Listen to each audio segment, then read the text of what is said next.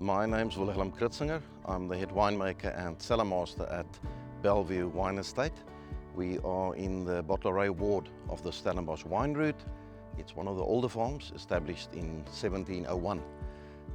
The significance of standing in this specific vineyard is that it is the original 1953 Pinotage vineyard, the first commercial planting of the South African varietal, and this made the first wine, Pinotage wine, that ever won a big trophy, which was the General Smuts trophy as the best wine in South Africa way back in 1959.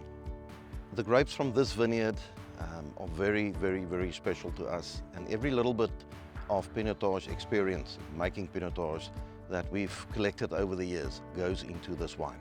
It's a bush vineyard, untrellised, and every year we wait longer than with our younger Pinotage blocks for the grapes of this old vineyard to ripen.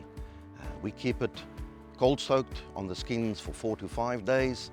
Then I inoculate the juice. The fermentation takes place over roughly about a week.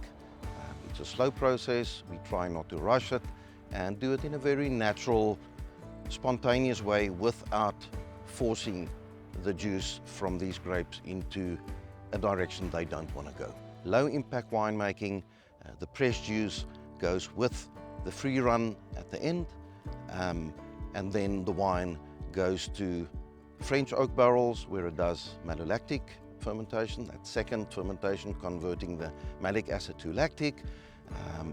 We rack it off the lees from the mallow, and then for a total barrel maturation time of, depending on the vintage, between 22 and 23 months before the wine is ready for bottling.